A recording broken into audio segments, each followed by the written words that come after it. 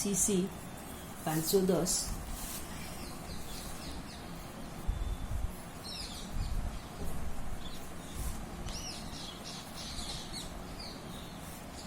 Topic છે, પ્રશ્ન છે બંધારણનું આમુખ. તો બંધારણનું આમુખ એટલે શું? આમુખ કોને કહેવાય?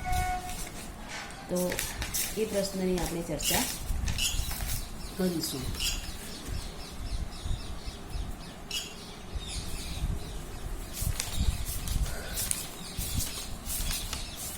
આમુખ એટલે પ્રસ્તાવના. આમુખ એટલે પ્રસ્તાવના.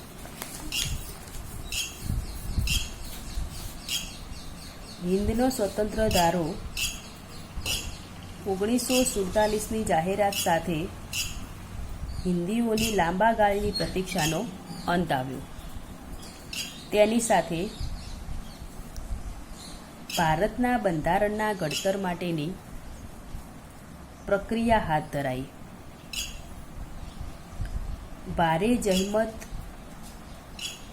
ખંત અને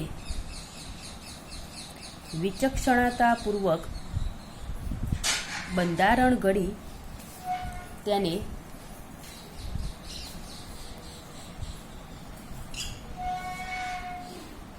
અમલમાં મૂકવામાં આવ્યું, જેમાં સમાવિષ્ટ કરાયેલ પ્રસ્તાવના કે આમુખ એ તેનું વિશિષ્ટ પાસું ગણાય છે. વાસ્તવમાં બંધારણવિદ પ્રોફેસર પાલેન્દે આ વાતની સ્પષ્ટતા કરતા અથવા આમુખનું મહત્વ દર્શાવતા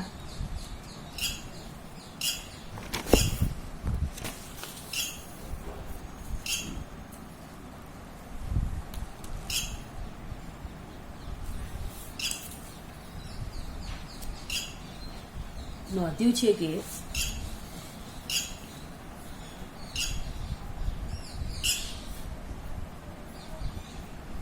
આમુખ એટલે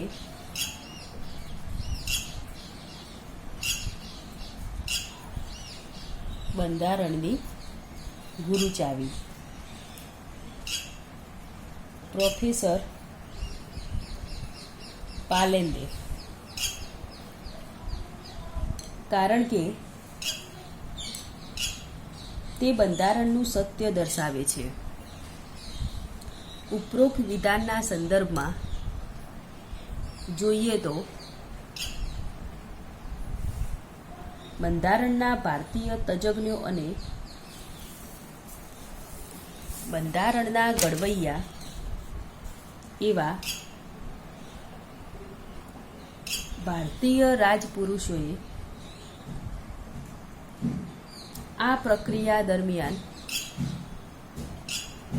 વિશ્વ સ્તરના લોકશાહી અને સમવાય બંધારણોને નજર સમક્ષ રાખીને આપણા બંધારણનું ઘડતર કર્યું હોવાનું નોંધ્યું છે.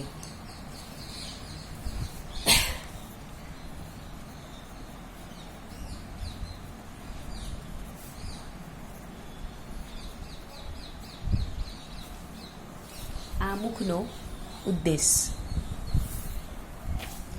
દુનિયાના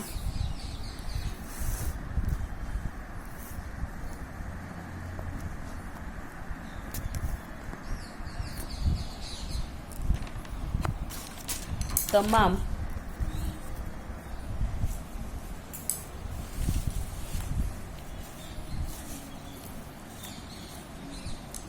સમવાયતંત્રી બંધારણોમાં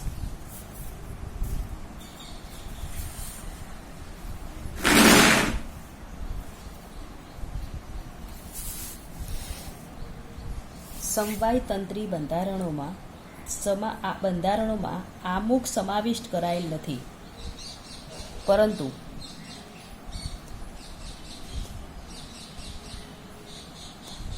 ભારતીય બંધારણવિદોએ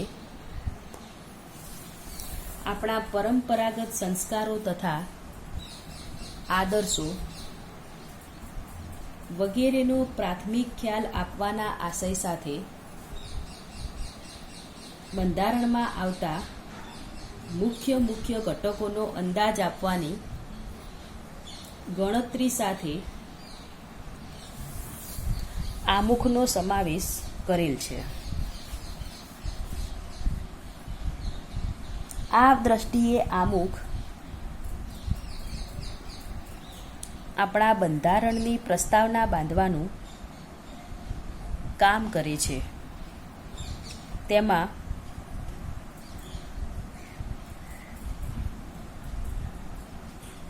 ભારતના પ્રત્યેક નાગરિકને રાજકીય, સામાજિક અને આર્થિક ક્ષેત્રે સમાન ન્યાય મળે, વાણી, વિચાર અને ઇચ્છિત ધર્મ પાલનની છૂટ મળે, કોઈ પણ હોદ્દા માટે સમાન હક અને તક મળે, બંધુત્વ થકી રાષ્ટ્રીય તેમજ વ્યક્તિગત ગૌરવ વધે એ માટેના તમામ પ્રયત્નો કરવાની ખાતરી આપવામાં આવી છે.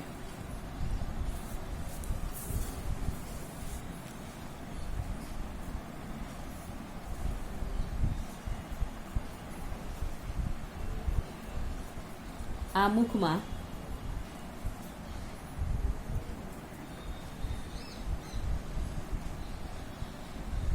દર્શાવેલ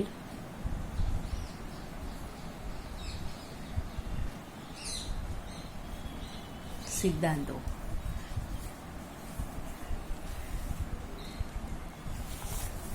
ભારતીય બંધારણમાં આમુખમાં જે સિદ્ધાંતો દર્શાવ્યા છે તે નીચે મુજબ દર્શાવી શકાય. પ્રજાસત્તાક રાજ્ય. સૈકાઓ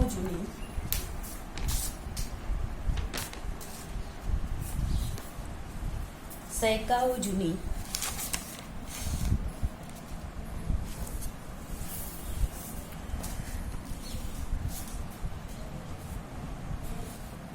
પરતંત્રતાને ફગાવી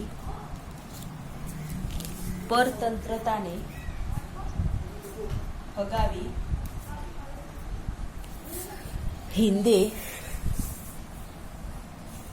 સફળતા હાંસલ કરી હતી. એવા સંજોગોમાં જ્યારે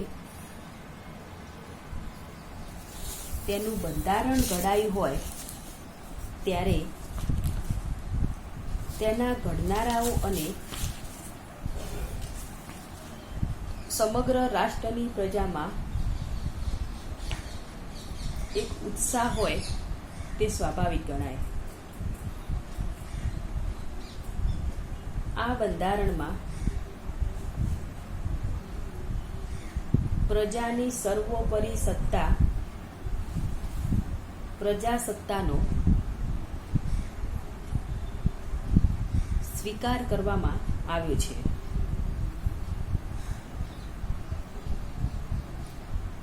સમગ્ર રાષ્ટ્રના સંચાલનમાં પ્રજા કેન્દ્ર સ્થાને છે. તેના હિતો અને હકો સર્વોપરી છે. એટલે કે તેના પ્રશાસન અને તમામ ઉચ્ચ હોદ્દાઓ પર પ્રજાના આ વિશાળ વર્ગમાંથી કોઈ એકને યોગ્યતાના ધોરણે સ્થાન મળશે. પહેલાની માફક વંશ પરંપરાગત રીતે આ સ્થાન હવે કોઈને મળશે નહીં. તેના સર્વોચ્ચ વડા બંધારણ રાષ્ટ્રપ્રમુખ અને વહીવટી વડા વડાપ્રધાન પ્રજાના પ્રતિનિધિ છે. બંધારણ વડાને પ્રત્યક્ષ રીતે ચૂંટી કાઢવામાં આવે છે. તે બાબતની તમામ અંતિમ સત્તા પ્રજાના હાથમાં હોય છે. તેથી જ આવી વ્યવસ્થાને પ્રજાસત્તાક વ્યવસ્થા કહેવામાં આવે છે. બ્રિટનમાં લોકશાહી વ્યવસ્થા હોવા છતાં તેના બંધારણીય વડા એટલે કે રાજાનું સ્થાન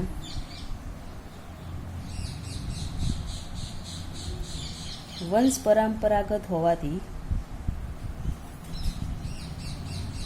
એ વ્યવસ્થા લોકશાહીયુક્ત છે.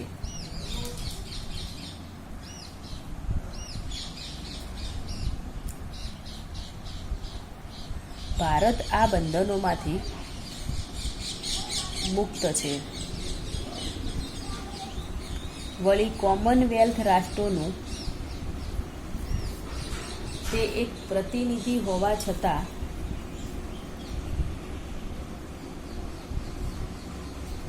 બ્રિટન કે વિશ્વના અન્ય કોઈ પણ રાષ્ટ્રનું તે ઓશિયાળું કે દબાયેલું નથી. આગળ પોઈન્ટ છે લોકશાહી.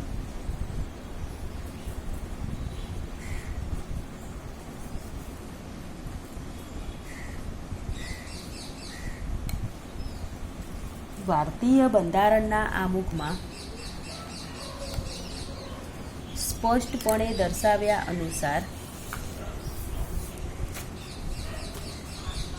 પુખ્ત વય મતાધિકારના ધોરણે ચૂંટાયેલા પ્રતિનિધિઓ થકી રચાયેલ સરકાર સમગ્ર રાષ્ટ્રનો વહીવટ કરતી હોવાથી એ લોકો દ્વારા લોકો માટે અને લોકોનું વહીવટી તંત્ર લોકશાહી બની રહે છે. વળી લોકોને સંપૂર્ણ જવાબદાર છે. તેથી લોકશાહીના પાયાના આદર્શો સ્વતંત્રતા, સમાનતા અને બંધુત્વને અમલમાં મૂકવા તમામ પ્રયત્ન કરશે. તે પૂર્ણ સ્વરૂપે સ્વતંત્ર અને લોકશાહી રાષ્ટ્ર હોવાથી આંતરબાહ્ય દબાણથી મુક્ત રહીને સ્વશાસન ચલાવશે. નેક્સ્ટ પોઈન્ટ છે આગળ પ્રજાનું સાર્વભૌમત્વ.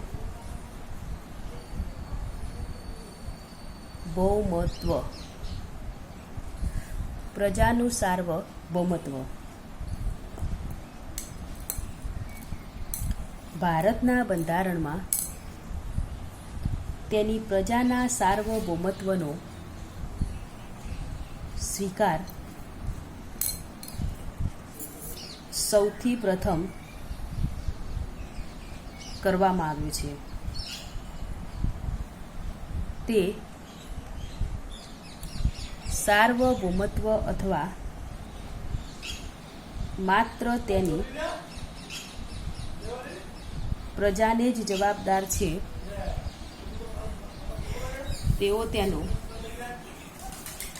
સીધો સાદો અર્થ થાય છે.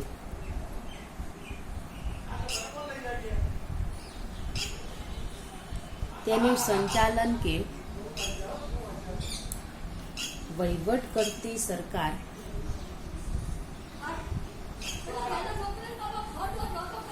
ભલે એક અલગ એકમ જણાતી હોય, પરંતુ તે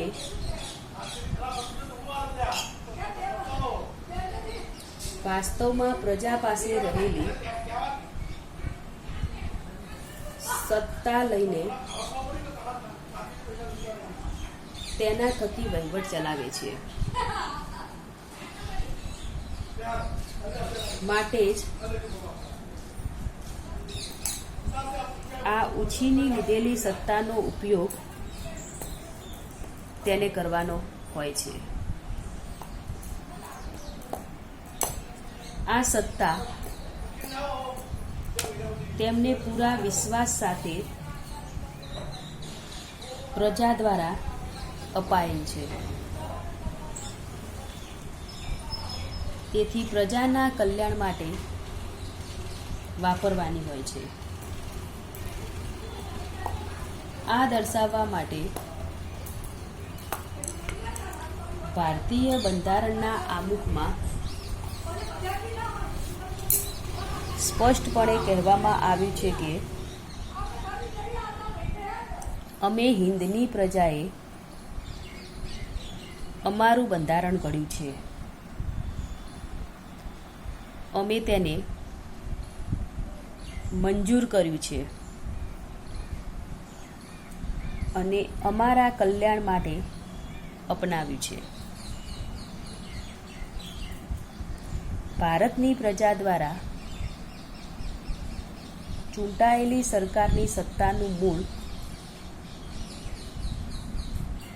આ રીતે કેવળ પ્રજાસત્તાક જ ગણાય. માટે જ તેનો સ્વીકાર અને અમલની ખાતરી સાથે બંધારણવિદોએ એકતા અને અખંડિતતા પર વિશેષ ભાર મૂક્યો છે. આગળ પોઈન્ટ છે વ્યક્તિનું ગૌરવ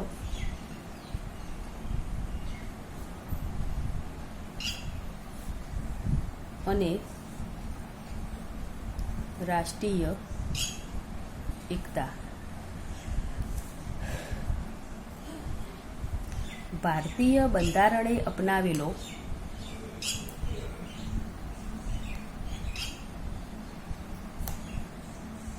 અને આમુખમાં મૂકેલો આ એક આદર્શ અને અનુકરણીય સિદ્ધાંત છે. રાષ્ટ્રની સઘળી સત્તાના પાયામાં પ્રજા અર્થાત તેનો નાગરિક અથવા વ્યક્તિ રહેલો છે.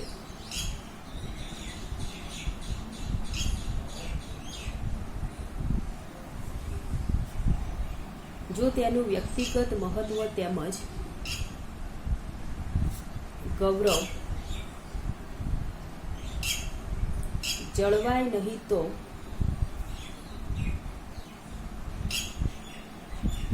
રાષ્ટ્રની એકતા અને અખંડિતતા પણ જોખમાય.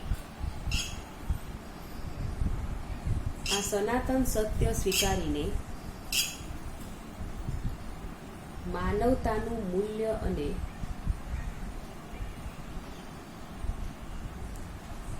રાષ્ટ્રીય ઐક્ય જાળવવાનો સિદ્ધાંત અહીં દર્શાવવામાં આવ્યો છે, જેમાં જાતિ, પ્રદેશ, લિંગ, ધર્મ, ભાષા વગેરે જેવા કૃત્રિમ ભેદભાવોને કોઈ સ્થાન નથી. બંધારણે પોતાના નાગરિકના વ્યક્તિત્વ વિકાસ પર સૌથી વિશેષ ભાર મૂકવાની ખાતરી આપી છે. આગળ પોઈન્ટ છે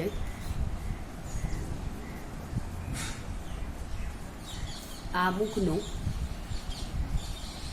મહત્વ. ભારતીય બંધારણમાં સમાવિષ્ટ આમુખ એ તેની આગવી વિશિષ્ટતા ગણાય છે. સમવાય બંધારણોમાં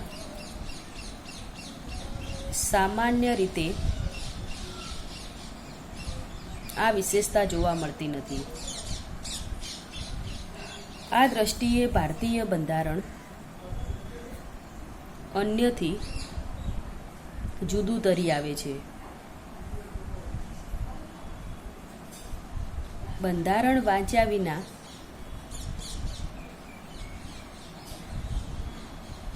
માત્ર આમુખ પર નજર કરવાથી પણ સમગ્ર બંધારણનો હાર્દ સમજાઈ જાય છે. વળી તેમાં રજૂ થયેલા સિદ્ધાંતો અને વિશેષતાઓને કારણે બંધારણના આમુખનું મહત્વ અનેક ગણું વધી જાય છે. બંધારણના વિશેષજ્ઞ પંડિત ઠાકુરદાસ ભાર્ગવ આમુખને બંધારણ રૂપી કંઠહારમાં જડેલું રત્ન ગણાવે છે.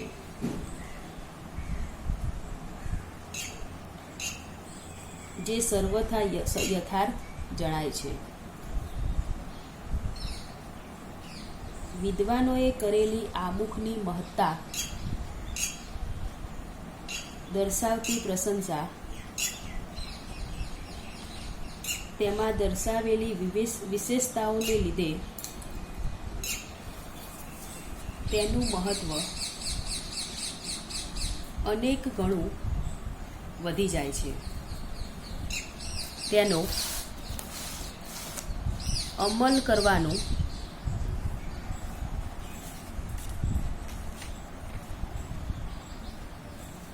સરકાર અને પ્રજાને બળ મળે છે. આમુખમાં દર્શાવેલા આ પ્રતિજ્ઞા પરથી ઉપરોક્ત વિધાનને સમર્થન મળી રહેતું હોવાથી તેના પર એક નજર કરીએ. એમાં સ્પષ્ટપણે દર્શાવ્યું છે કે અમે ભારતના નાગરિકો આથી ગંભીરતાપૂર્વક પ્રતિજ્ઞા કરીએ છીએ કે ભારત સાર્વભૌમ લોકશાહી પ્રજાસત્તાક રાજ્ય બની રહે અને તેમાં પોતાના તમામ નાગરિકોને સામાજિક, રાજકીય અને આર્થિક ન્યાય મળી રહે, વાણી, વિચાર આચાર, માન્યતા અને ધર્મ પાલનની પૂર્ણ સ્વતંત્રતા મળી રહે, દરજ્જા માટે હક અને તકની સમાનતા મળી રહે, તેમજ બધાને કારણે બધે બંધુત્વની ભાવના માત્ર નાગરિકોનું જ નહીં પરંતુ રાષ્ટ્રનું ગૌરવ અને એક્ય વધારનાર બની રહે, આ પ્રતિજ્ઞાનો આમુખમાં સમાવેશ કરીને ભારતીય બંધારણ ઘડનારાઓએ આમુખનું મહત્વ અનેક ગણું વધારી દીધું છે. બંધારણમાં રહેલી ગૂંચો ઉકેલી તેને સ્પષ્ટ કરવા માટે આમુખની ભૂમિકા ઉચ્ચ બને છે. તેના અમલમાં ચોકસાઈ આવે છે.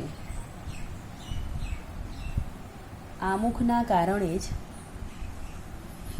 સ્વાતંત્ર્ય પ્રાપ્તિના 6 દાયકા પસાર કર્યા પછી પણ આપણી સરકાર પ્રતિદિન બંધારણ તરફ વધારે કટિબદ્ધ અને અમલ માટે વધુને વધુ નિષ્ઠાવાન બનતી જતી જણાય છે. આ રીતે જોતા લઘુમતીઓ, પછાત જાતિઓ અને વંચિતોના હિત માટે કામ કરવાની દિશા સરકાર માટે નક્કી કરતા એક મહત્વના પરિબળ તરીકે આમુખને આલેખી શકાય. આ દ્રષ્ટિએ ભારતીય બંધારણનું આમુખ લોકશાહીની દિશાસૂચક પૂર્વ ભૂમિકા ભજવતું હોય તેમ જણાય છે. સાર્વભૌમત્વ એટલે આપણા દેશ ઉપર કોઈ પણ વ્યક્તિ, દેશ કે રાષ્ટ્ર આપણા દેશ ઉપર કોઈ પણ વ્યક્તિ, દેશ કે રાષ્ટ્ર અથવા કોઈ પણ આંતરરાષ્ટ્રીય સંસ્થા કે સત્તાનો પ્રભાવ કે અંકુશ ન હોય તેને સાર્વભૌમત્વ કહેવાય. એટલે કે આપણા દેશ ઉપર બીજા કોઈ પણ દેશનું શાસન, કોઈ આંતરરાષ્ટ્રીય સંસ્થાનો અંકુશ કે સત્તા ન હોય તેને સાર્વભૌમત્વ કહેવાય. સાર્વ એટલે પોતાનું. કોઈ પણ ગ્રંથ કે પુસ્તકની પ્રસ્તાવના છે આપણા બંધારણમાં પણ સ્વાતંત્ર્ય પ્રાપ્તિ પછીની પ્રજાની આકાંક્ષાઓ અને વિકાસના અરમાનોનો એ પડઘો પાડતી નાનકડી પ્રસ્તાવના રૂપે જ આમુખ મુકાયેલી છે.